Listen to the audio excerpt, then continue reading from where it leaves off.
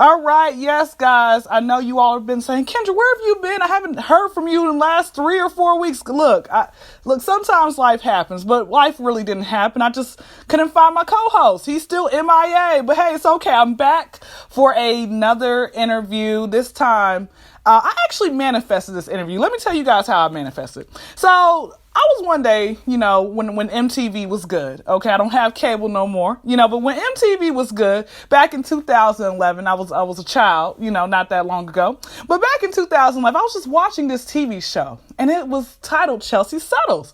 I said, oh my goodness, she's pretty. She seems nice. She seems like she's full of fun, all that type of good stuff. And so with all that being said, I said, oh, I would like to meet her one day. I don't know how it's going to happen, but one day it's going to happen. Fast forward, people are like, Kendra, you ask a lot of questions. You might as well go be an interviewer. Okay, so I just randomly slid in her DMs. She didn't think I was spam or a bot, and she replied back. And here we are. So yes, guys, I am here with the queen, Chelsea Settles. Once upon a time, she interviewed Michael Jackson. She was out there, backstage dancing with him and everything else. She taught Shaka Khan some moves, and she was partying with Tupac once upon a time. But she doesn't, y'all don't tell nobody, okay? So welcome to Chelsea. Hi, thank you so much for having me. I'm excited to be here with you. Thank you so much for even giving me a chance because, I know you might get a bunch of different spam and everything when it comes with different people trying to, get to be nosy or whatever. You know how people are. You know how the internet is. And unfortunately, it's like a dime a dozen and everything else. But I do appreciate you giving me this chance. Normally, typically, whenever I do get a chance to talk with people, I want to start from the beginning. Not to like, okay, how'd you get to where you're at? But like, who were you before everyone realized, okay, this is her and stuff like that. So growing up, where are you originally from? I am from Uniontown, Pennsylvania. Okay. That is a small town about an hour and a half outside of Pittsburgh, which seems very far, but I work in Pittsburgh, so I make that drive every day. Mm-hmm. So I do live in Pennsylvania currently. I am a Steelers fan. Woo-woo. It's a rite of passage. If you live in this area, you are definitely a Steeler fan. Mm-hmm. But I've traveled to different places, have family that lives all over. So have been to quite a few places, but based out of Pennsylvania. Born and raised for the most part. Got it. Have you thought about, I know the winters get so brutal sometimes. So have you thought about moving to the South at any point, like coming to Florida, Texas? Those are places that we have been talking about. When I say we, I'm talking about myself and my fiance. He is finishing his degree right now. Mm-hmm. So he talks about Virginia Beach often. I've thrown out Texas, Atlanta, Florida. I do not really care for the humidity, so I'm a little afraid of the South. Of course. But still, something new. I've done the West Coast. I've lived on the East Coast for most of my life in Maryland, and I was in Seattle for a while. My dad was in the military. So again, we hopped around. I've lived in different places, but I've never really done the South.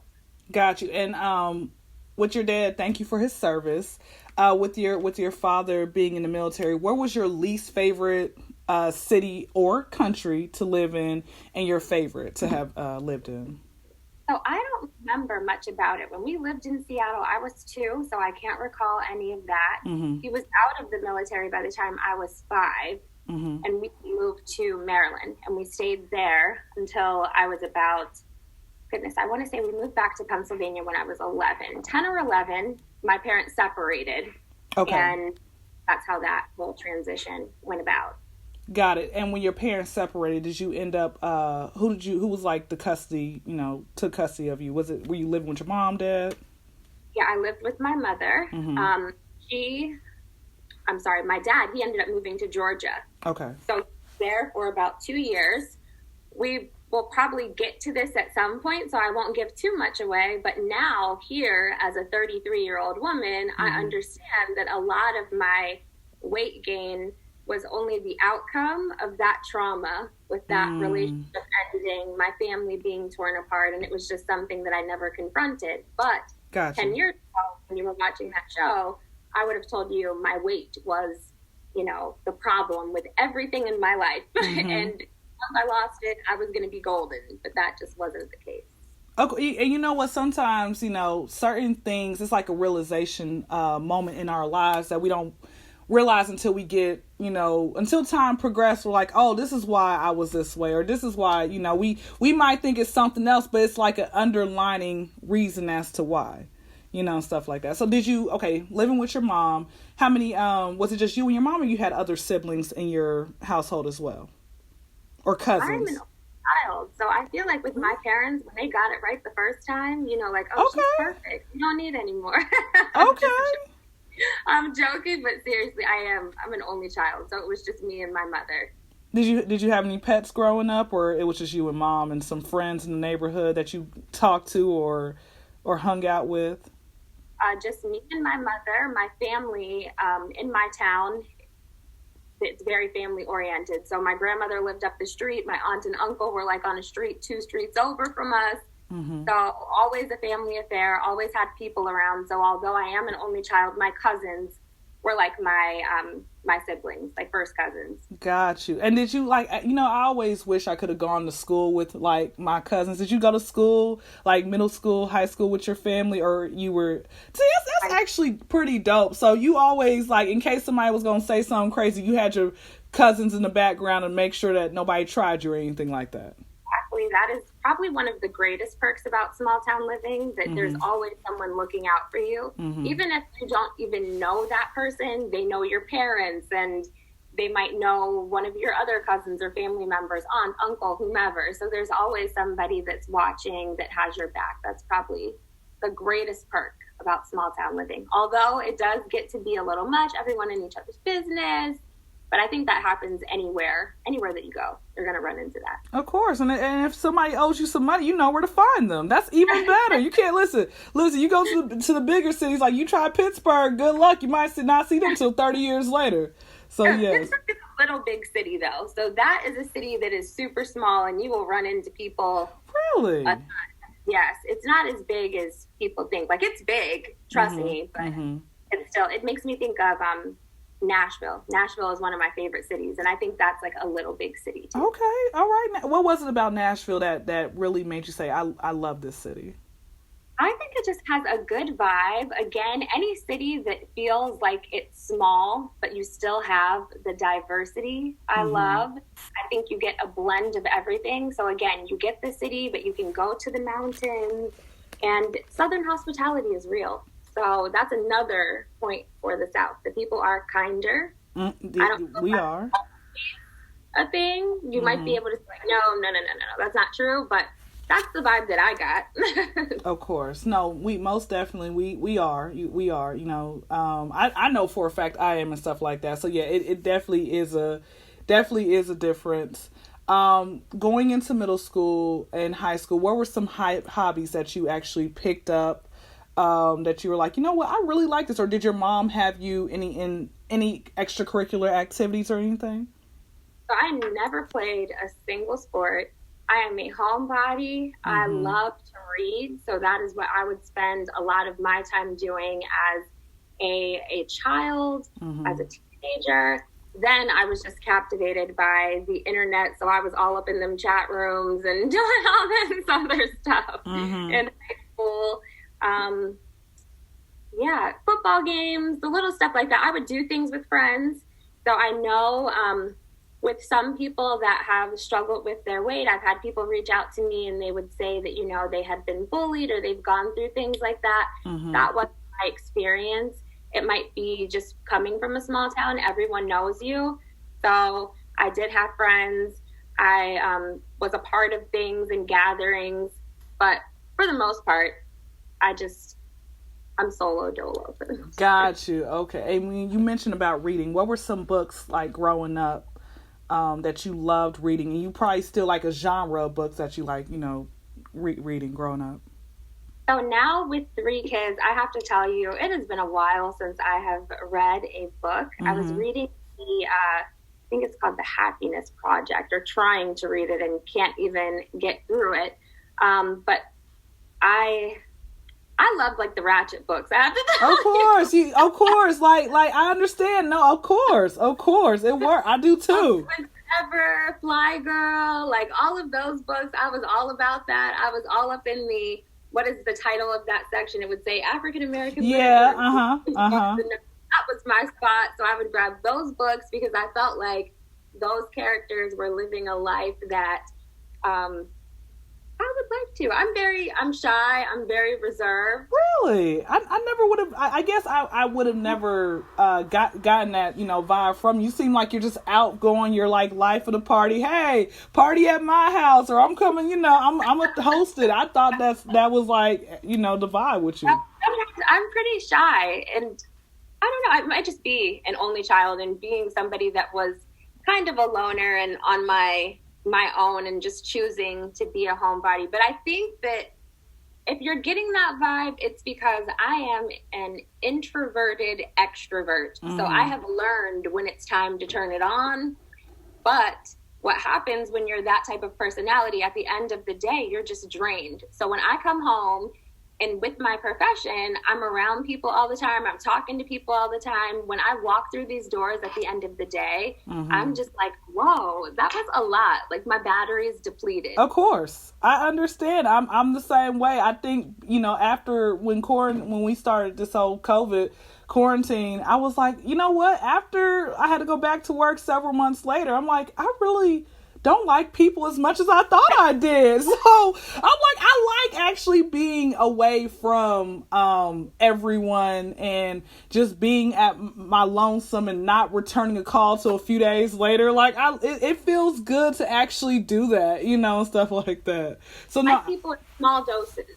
So small doses I can do. If it's just too much, that's when I'm like, all right, this is enough. I need to have my me time. You don't really get me time whenever you have children. That's something true. That I have not struggled because I love my babies, so please don't think that. But being an only child, I didn't grow up in a chaotic environment. Like I said, it was just my mother and myself. So in my house, it's WWE. They're jumping off of stuff. They're fighting. Everyone's tattling. Oh, this person did this.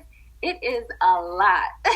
No, I understand. I understand. I don't have any children as of yet. I got a cat, the one that says meow. So yes, but she gets a little wild during her, nocturnal hours and everything. But my biggest fear. I'm so afraid of cats. You are? Well, okay, so let me ask you something. What is it about cats that you don't too much care for? Or what happened? What was a traumatic moment for you that happened with you and cats?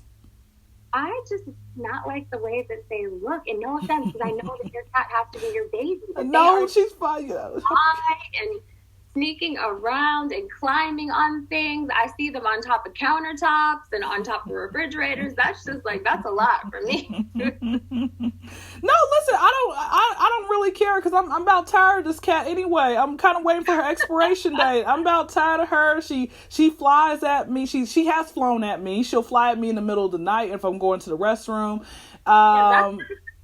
Those type of things, that's a lot.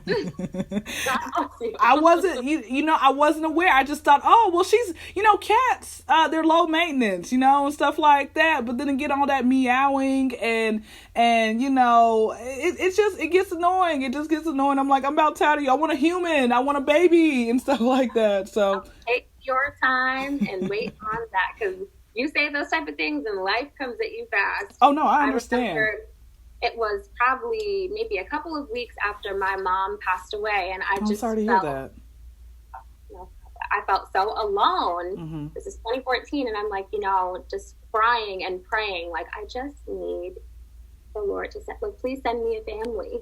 And life comes at you fast, honey. It really does. I ended up meeting my fiance probably 3 months after that. We were not together. It took about a year and a half for that all to come together. He was a young man. We were working in the same place. I don't believe in dating people that you work with. Of course. Once he was out of that company, it was go time. Of course. Well, let me ask you this couple different points that you made. So, with your mom's transition, what were some life lessons that she has taught you that you still take with you today? Maybe 2 or 3 different things that are your favorite that you say, you know what? I'm instilling that into my children or anybody that I come across? So first, in that show, I cried so much. Now I do have a bit of a thicker skin, but I'm talking about my mother or my grandmother. That is the easiest way for me to be overcome with emotion, because that is still the most important relationship that I have had to date. Both of those women have taught me everything about just being a good human being, about being selfless and giving your all to your children, to your family. My mom has taught me that I am worthy and always made it a point to let me know that, I was loved. In fact, her last words to me, I did not know these were going to be her last words because she passed away in her sleep. I woke up, I found her the next day.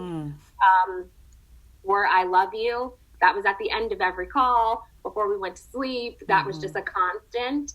So I will always take those things with me. That is always and forever going to be my best friend. So although I only had 26 years with her, I had enough love in those 26 years to last me a lifetime. And I'm so grateful, because some people, even with their parents still here, don't have that relationship. That's true. So I'm just grateful for what I had with her. Good. And I'm glad she said I love you and not love you, because I'm like, y'all better put the I before love, okay? It's only right. It is only right. So yes. And what would you say, your grandmother, was that your mom's mom or was that your dad's mom? Yes, that was my mother's mom. So with her, I had a key to her house. She is the one that got me through losing my mother. So people would come to my apartment and there was no food, and they're like, what is going on here? Like, I know you are losing weight and you're on this weight loss journey, but where's the food? Because I ate at my grandmother's house. Like, who needs food when you have your grandmother? Of course. I'm stopping over here. Of course. Of course. Of course, I understand. You mentioned earlier about prayer, asking, I guess, God to kind of intervene, help you get through that rough time, with your mom's transition. And I did actually feel like, I felt like she had a good spiritual, upbringing and stuff like that. When it came to God, when did you know God was real for yourself? I would probably say, so I did not grow up in church, but definitely have a moral compass, definitely believe. It was kind of like sporadic. Like, there were times we were going, there were times that we weren't. I haven't been to church in a good couple of years, especially after having my children. I tell my pastor all the time, please put some seatbelts in these pews and I will be there. But chasing these kids around this church, because I remember being a bachelorette and being single with no kids, and I'd see all these kids running around. Like, if you don't get your kids, I am not trying to be that person. Of course. But I think after losing my mother, for sure, I've always believed, but there was nothing else but God. That's all that got me through that time. I've never felt so alone in my life. Although I was not alone, still, that was when I started this downward, pull myself away from everything type of behavior. So although I made so much progress with what I learned and controlling my emotions and emotional eating and things I had suffered with, I definitely reverted back to old patterns after losing my mom and removed myself from social media. I wanted to have nothing to do with just basically anything. So people will say, like, why did you disappear from social media for so long? It was not social media. I have family to this day that still I don't talk to, because I separated myself from everything. It wasn't just social media. I was just on my own. Friends, people I really just started to reconnect with. With the family that you still don't talk to, was it something, did that kind of relate to, do you feel like they didn't treat you as fairly as you should have, as they should have, or you just needed your space from them to get your mind cleared? I think I was just moving funny, to be honest with you. Gotcha. I ended up, I told you, with my fiance, I met him. We talked here and there. he came back into my life when I would have needed him the most, didn't realize it, but my grandmother was diagnosed with pancreatic cancer. It was something that his grandmother went through as well. So we found this out in March, and she was gone by May. I was pregnant, found out I was pregnant 2 weeks after my grandmother's funeral. So everything just happened so quickly. I was sitting here thinking, how the hell you, a 27, 28-year-old woman, how are you pregnant this quickly into a relationship? Like, you know better. You know better. This is just too much. This is something that happens when you're about 19, 20, 21, 22, 23, but not 28, girl. No.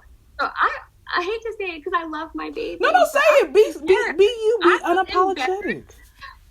It's okay, Chelsea. It's okay. Be unapologetic. Listen, when I tell people when they come on my show, listen, you can be as unapologetic as raw. You don't have to fake the funk. It does not matter, because at the end of the day, we want the real you. That is it. Just laugh, have fun, all that. I'm totally embarrassed, and that all worked out for the best. But I'm like, okay, I'm not posting. I'm not going on social media. You're out here about to be a single mother. You don't even know how this is going to work out, this relationship. Like, this is just crazy. You know better than this. So people will ask me all the time. My oldest son, he's 5. His name is Adrian. My middle son is Tim Jr. So people want to know, why is Adrian, Tim Jr. is Tim Jr.? Because I didn't know what type of person Tim was going to be, if he was going to be a piece of shit father or not. So I am not naming my son after somebody. I got to call this kid Tim Jr. for the rest of my life, and his dad's absent or a piece of shit. It's not happening. It will not be me. It will not. But as you can see, it worked out. So was there, speaking of relationships, there's always a time, because you're not the only woman I've spoken to who have said, I've had those thoughts. Like, there have been women who say, oh my goodness, I couldn't believe we just had sex that quickly, and I don't know what's gonna happen now, stuff like that. You're not the only woman. Was there a time where you literally had to go to God and say, God, I know I probably messed up, but please, just keep whatever type of foolishness he's on, erase it now. Like, was there ever a time, or did you just say, you know what, whatever happens, happens? Like, I'm not worried about it. I'm not going to go to God about it. I'm just going to allow life to play out. My friends will tell you at that point in time, because we just couldn't get on the same page. You just figure, when you're new to a relationship, you're just setting the foundation. You're still dating. 2 months in, and someone is pregnant, and we both didn't have kids. So this was a whole new experience for the two of us. That is scary in itself. So he is a good man, but I was prepared to do this by myself. Like, I will just be a single mother. I was buying stuff and doing what I had to do. We were not speaking for a few months there. Before Adrian came, we ended up reconnecting, and things worked out, and it's been good since. Good. But yeah, I would have done it alone. My mother was a single mother. Unfortunately, I do have a family where a lot of the women, not unfortunately, it is a good thing to see women that are strong and capable and able to take care of their own. But I do believe that fathers matter. And the role that Tim plays in our household as the provider, but also somebody that is engaged and takes care of our children the same way that I do. God forbid something would happen in this relationship, but if it did, I know that the kids, they need him as much as they need me. I think most times it's just assumed that the mother is going to take over, kids are going to go with the mom, and that's it. But I don't know how my kids would feel about that. They love him. They adore him. Sometimes they run straight to him before me, and I feel a way about that. I understand. Yeah, but just crazy. It all works out in the end. It does. It really does. You have to live, like you said, unapologetically, without regrets, and you have to be willing to step up if things don't go the way that you plan. That's very true. Was this your very first real relationship, or did you have other little? Our black folks say that's your friend, that's your little friend. Did you have other little friends, prior to dating Tim? No, in the show there was a man that I was dating. Was it Rory? I think that was his name. Okay, Rory. Okay, that was his name. So we were together from 18 to 25. Mm-hmm. I think that the person I was at 18, person he was, is just not who we were at 25. So no bad blood. You just kind of grow apart from people. Mm-hmm. I still talk to his sister, and again, they're good people. He's a good person. I know that in the show there were things people saw. You have to figure, come on, people cheat, people do things like that when you're young like that. Mm-hmm. I know that, a lot of people weren't a fan of him. So I feel bad. But you know what? It's called this is somebody had mentioned.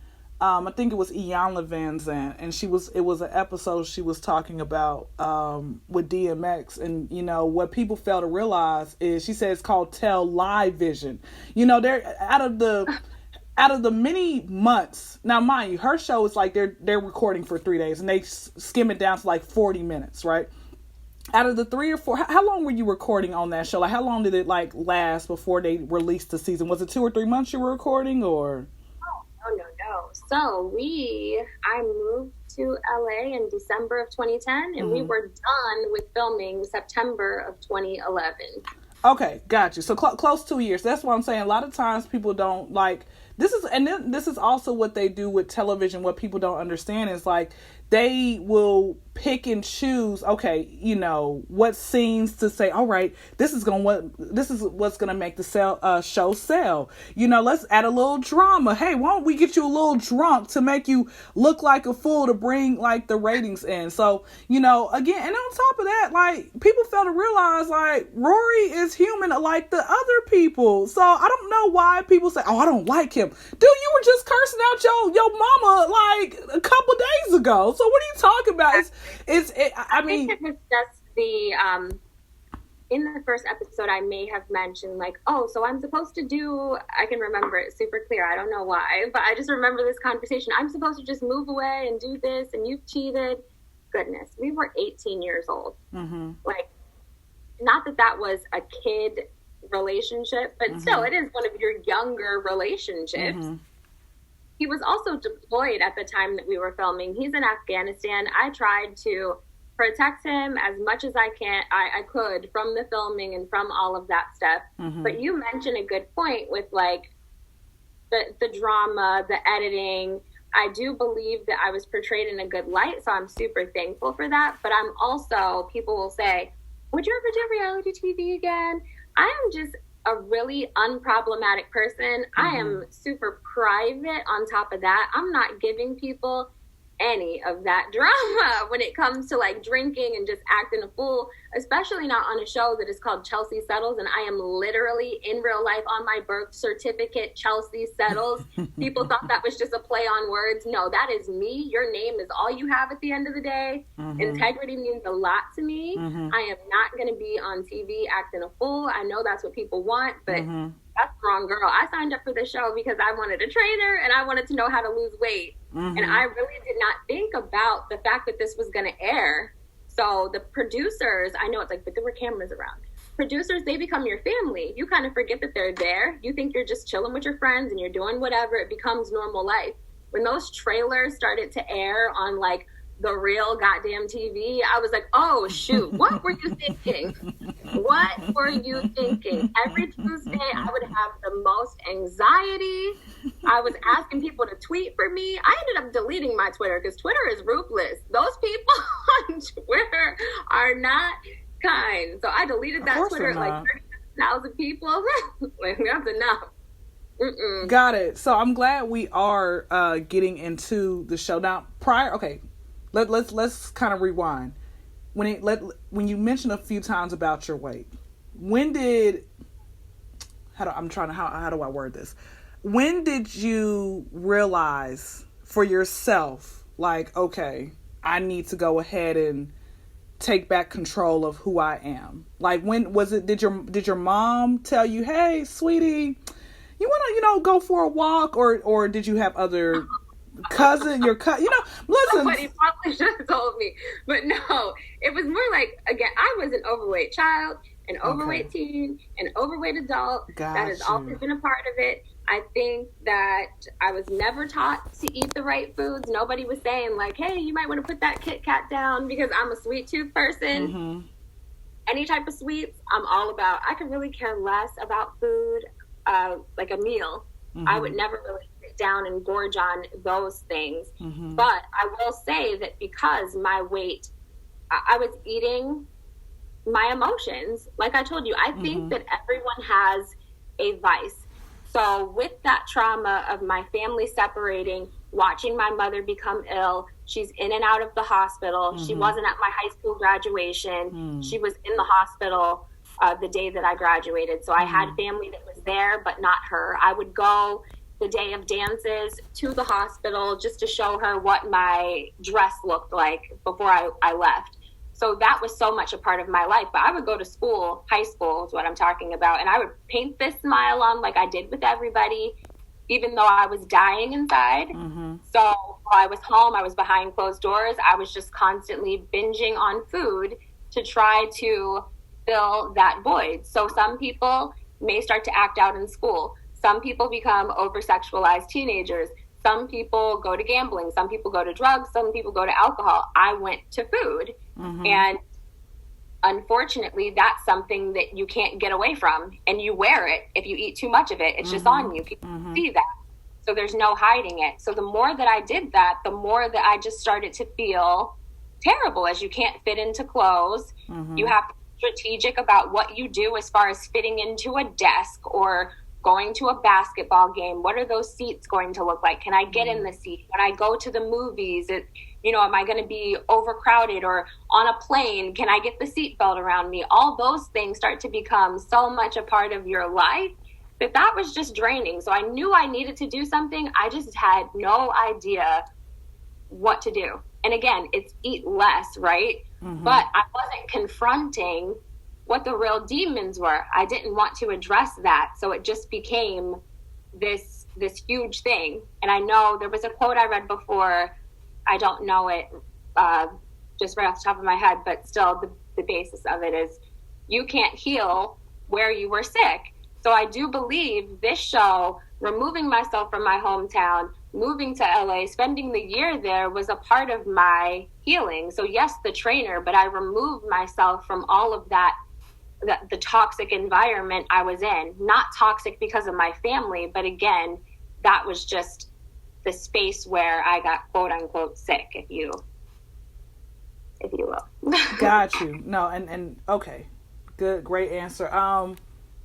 When it came with the show, prior to you say, okay, let me go ahead and move out to LA, how did you end up hearing about, I guess, the casting call? Like, I guess what I'm trying to ask is, how did you get to the point where you're like, okay, now we got the TV show and stuff like that? I know you said every Tuesday you were like, oh my gosh, like it's really me on there and everything else. How did we cross over from leaving from, your hometown to saying, okay, let me go to LA? You said it was for a trainer, but did it say like in the fine print, like the little small words, hey, this is going to be nationally syndicated and everything else? So how all of this started, I, with my cousin Jarrell, who was on the show, we went to Philly for a casting of The Biggest Loser. I was always captivated by all the weight loss shows because I told myself, I'm going to be on one of these shows. I'm going to get a trainer. I'm going to lose the weight. I can't afford it on my own. I'm a broke college student, whatever. So we went to this casting. We stood in line. We had pictures, a number on us. We get through. We sit at the panel. That's the end of that. On the way home, they call. They tell us they want us to come for callbacks. We sit in this room, talk about our lives. We didn't hear anything after that whole situation. So I ended up sending that producer an email telling her, like, we thought everything went well. What happened? They thought I would be better as a solo contestant and not a part of the teams. And that's what they were casting for. So that just told me, like, oh, okay, well, if they did see something, then maybe I just need to look and see what else is out here in terms of like weight loss shows. So I'm looking at TLC's website in the casting section. I'm looking at MTV's casting section, and it says they're looking for an overweight girl between 18 to 24 to follow on a weight loss journey. So I'm like, oh, this is it. So let me send this person an email. She immediately wrote me back. I wrote about my life, my age, whatever, things I was going through with my mom, blah, blah, blah. Not blah, blah, blah, but you know what I mean. Attached some pictures, sent the email off. She told me to send a casting tape next and gave me the address where it needed to be sent. I was freaking out because somebody from MTV emailed me, and I'm thinking that, these people are living like this glamorous lifestyle, but really inside of their offices are cubicles. Someone from New York is writing me. I'd never been to New York City before. I also had never used any video equipment, had no idea how the hell I was going to do a casting video. But I remember the week before, and this is how God will put people in your life. Somebody in my class gave me his business card. He was a videographer and a DJ, and he's telling me about this stuff. So I remembered having that card, and I'm like, okay, I'm going to reach out to him. I really don't have the money, but I'm just going to pay him to do this video. He was down to do it. My grandmother was saying, you're always coming up with a scheme. You always have something going on, something crazy that you're doing. If I would have let her discourage me by saying that, this never would have happened. So please trust your instincts. Take a chance. You never know what will happen. People are always going to have something to say. My family was very supportive, so I don't mean that. But I'm just saying that people will be in your ear telling you things. And if you listen to everything that people say, you will miss out on so many opportunities. Just take a chance. You don't know what can happen. Because I never thought in a million years that would happen to me. Of course. And I know that was like such a surreal moment. I think the very first... And, there's some things that I watch on television that makes me want to jump through the screen and beat people up. That first episode, I don't know what those, I think they were drunk, and I think the producer's like, Chelsea, they're drunk, and you were so upset because they were, it only showed 2 or 3 minutes. But that first episode, I believe, or maybe the second episode, when those people were drunk and they were saying really mean things, I really wanted to jump through the screen and fight those drunk people. Were you about to run after them, or they were like, no, get back in the car? I was so hurt. I think that what really hurt me in that moment, first of all, it was embarrassment because these producers are following me with this camera and I don't really know them so much yet. And people are saying this, and that just hurt my feelings. But it was also the first time that someone had ever said to my face directly, you're fat.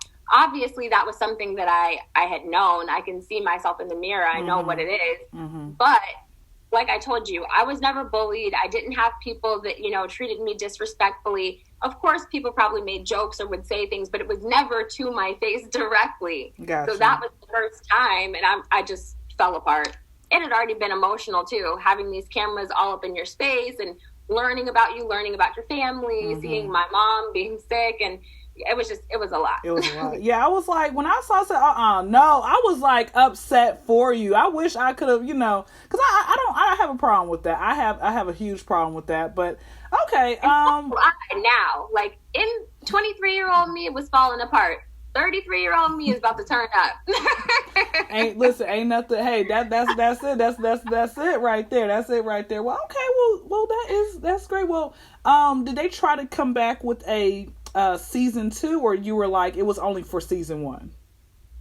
So no, there wasn't a season 2. I don't think that there was anywhere else that we could have gone with it. I don't think they were really expecting for me to lose the weight, to be honest with you, but I was focused. I think I was just lasered in and ready to go.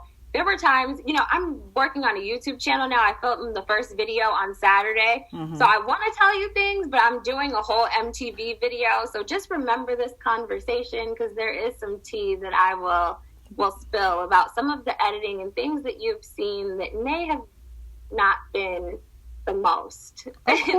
Of course. So yeah, like I said, there were some things I remember, some things I don't, but I kept saying, hey, I want to eventually meet her. I don't know how it's going to happen, but one day it's going to happen. So I do want to, because we're going to kind of come to an end, because knowing me, I'll be here till the next morning because I love to talk and everything. But I do want to, good. I do want to ask you a fast between 5 to 10 random questions that's just fun and gets your brain jogging and everything else. So, all right. So first question is, if you could secretly be an animal, what would it be and why? definitely wouldn't be a cat. Probably a dog. Everyone loves dogs, and they're so lovable and cute. What type of dog would you like to be? What breed? A big dog. Somebody that's gonna bite somebody's head off. Maybe a pit bull. Okay, pit bull. Let me find out. Okay, ain't nothing wrong with that. I definitely would be a cat, man. They're just cool. They fly at people. They make 100 different sounds. They sleep all day. It's amazing. The life right there. Second question is, what is everyone's favorite meal that you like, go-to meal that you have made? I don't even need you to finish. I am the queen of mac and cheese. I just made it on Sunday. Okay. Everybody, I wish I could give the recipe. I'll give it to my daughter one day, but it's a secret. Every holiday, that's what everybody requests. Mm-hmm. It's a thing. So yeah, queen of mac and cheese. And unfortunately, because of extreme weight loss, I have that stupid little hanging thing on my arm, so you know it's official. Oh no, ain't nothing wrong. Hey, it's okay. Ain't nothing. I love that little jiggle. Do the kids play with the jiggle? That jiggle is about to be gone. I lift weights, but honestly, with extreme weight loss, there's only so much that you can do. So I will be visiting Dr. Miami, Dr. Mississippi, Dr. Alabama. I don't give a hell who it is. Somebody's taking this loose skin off. It's okay. You know, YouTube, they have like do it yourself, so you can learn and save that money. Now, all right. Anyway, question 3. What is a good ass day for you? Like it can start at night, it can start in the morning, it can start in the afternoon. What is a good ass day? Like you say, this day would be perfect if it happened to me. A good day. I can sleep in a little. Okay. No one's crying. Okay. There's a Chick-fil-A or Chipotle visit. Okay. All right. Maybe some drinks, like brunch with my friends. My friend is here visiting from South Carolina, so getting together with people that I haven't seen. Mm-hmm. That's a good day. Okay, that works. Get my nails done, hair done, makeup. Hey, listen. Hey, less is more. Ain't nothing wrong with that. Next question is, all right, and guys, this is just her opinion. All right, everybody has their own opinion. What is a black film or films or character that you don't really care for that's pretty popular in our community? Oh, you know what? I don't know. Because I don't like movies and I haven't watched many. Really? So TikToks where it's like, have you watched this movie? I would be the one saying, no. Tim hates me when it comes to that. Really? Because I got like 5 or 10. I'm like, this was... I'm curious, who's yours? Okay. People, hey, get in, guys. This is my list. If you don't like it, oh well. I don't like Honey. The movie Honey, that was bad. Okay. The acting and You Got Served with B2K, it was terrible. All right. I don't like Boomerang. All right. I can't get with it. I don't like Harlem Nights. And people are like, Kendra, how don't you like Harlem Nights? You're a comedian. I'm like, guys, it didn't slap for me. All right. I don't. Superfly, the 2018 version was trash. Throw it away. That's all I'm gonna say. Oh, see, I don't know. I've never watched any of those. Have you seen the movie Friday? I have seen Friday. Do you like? I don't care for Friday. I don't care for Friday. I don't. I'm sorry. Yeah, I'm gonna tell you why I don't care for Friday. I don't care for Friday because we weren't ever allowed to watch R-rated movies in our house. You know, my mom's an evangelist and stuff like that. So, but when I did get a chance to sneak and watch it, my youngest brother would overplay that movie. So I think that's the reason why I don't really, too much care for it. So what genre of music do you like listening to? So right now it's everything City Girls. City Girls. JT and Carisha. Those are my girls. So it's either gospel in my car or it's City Girls. There's no in between. Either we're a Latasha Cobb or we're a little, Hey, ain't nothing wrong. You got to get it. Listen, I always start off with God first, and then I listen to 2 Live Crew afterwards. You got to start off with the word, man. So it's a perfect balance.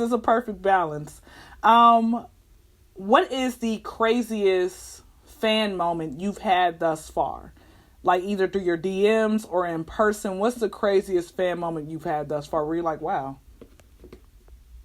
Nothing too crazy. Honestly, it's just crazy for me that people will geek out and it's like, oh my gosh, I can't believe you responded to me. Or I used to do it was Skype at the time that was popular. Skype calls with people, and they would like freak out. I am just an everyday, super chill person. I don't look at myself in that way. When people will say, I've never responded to a public figure before, you know, commented on a public figure's page. I am not a public figure. I don't look at myself in that way at all.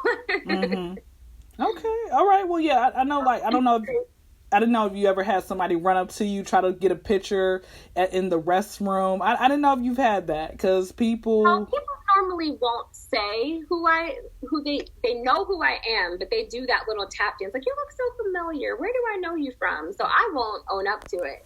One of my friends just told a story the other day that I lied about who I was when she met me. She said, like, aren't you the girl from TV? And I was like, no. I mean, but I don't own up to it. I mean, but you know what? Sometimes, and that probably was a good thing, because sometimes people will just try and be like, hang around you because they think, oh my goodness, you're from TV. You probably got $1 million in your bank account. Guys, like, they still have to have, you know, and that was my biggest misconception. I used to think, if, like, for example, the Bernie Mac show, I was surprised, you know, that the cast members, like the children, they had jobs. But then this is what I didn't realize. Once a show is not syndicating anymore, like it just has reruns, or you find it like on Hulu or stuff, like the money starts disintegrating. Like, and at that point, it's like, okay, you can either get a job or, you know, do something else. So, I mean, I don't know why people get surprised. Like, some people don't even want to be in that limelight no more. You know, they're like, I don't care for it, so I want to go get a job and stuff like that. No, I feel like my peace is the most important thing to me. If that is ever compromised in any way, and social media can be draining. I'm fortunate that it's mostly just love on my end, and I'm super grateful for the people that do follow me and have continued to ride for me even with my absence. This has almost been a whole decade, so I'm super grateful, but it's a lot. People will say, what are you doing in Walmart? I'm here for a bargain, just like you are. You know what? And that's what, like, I mean, again, the difference, again, like for me, I realized that years ago, like, okay, you know, they still have to, you know, shop smart. You know, that's how do you think millionaires keep their money? They don't give it away. They still go to like Walmart and you know, whatever. They might go to Target on a random day, not all the time. You know, you gotta have some money to go to Target. So like I said, it's you're being smart. You're not sitting here saying, I'm gonna go buy me a Maserati. No, I don't. You're cool with, you know, what your car is. Oh, here's another question. What was your very first car? What happened to it? And what's your dream car? Oh, that red Cavalier that was in the show was my very first car. I probably would still have that car if I didn't have all these kids to fit in car seats. I got 3 car seats in my car. It's a lot. But I'm not like a showy car person. I really don't care. If it moves, I'm fine. But my dream car would probably be, if I could have any car, probably a G-Wagon. And I'm all about manifestation. When do you see, give me a date, when do you see yourself owning a G-Wagon? Paid off. Give me a date. Let's say, give me 3 years, 3-4 years, and it's mine. Okay, y'all hear that? Sooner. Okay, that's it. Between 1 to 3 years. How about that? Well, I've never tried to monetize with social media. Like, influencers were not really a thing whenever this show started to air. I've turned down so many different things because being a genuine person, someone who's authentic, is super important to me. I'm not on social media to hawk products at people. It just makes me cringe a little. So if I ever talk about something, it's something I paid for with my own money, and I'm just trying to put people on. That's it. But that's it. No shit to anybody that does. Make your money for sure. Just for me and who I am, it just never felt good. Of course. And last question, what is the perfect temperature for you? Like, you could wish it could be like this every day outside. What's the perfect temperature? 75 through 77 and sunny with no humidity. The West Coast is definitely the best in terms of weather. Best weather in the country. Yeah, that's, everybody's moving there, you know, so full that traffic, honey. That traffic is bad. Oh, wait, hold on. Here's one more. Just came into my mind. and then we can get out of here. Who was your celebrity crush growing up, or the longest celebrity crush you've ever had at one particular time? Okay, so Little Zane was my first celebrity crush. Hey, Lil Zane. Little Zane. And I had an email address, littlezane02. Little Zane Girl 02. Oh my gosh, that's embarrassing. And then probably Trey Songz. Everyone loves Trey. Of course. That video. I was just about to ask you if you saw that video.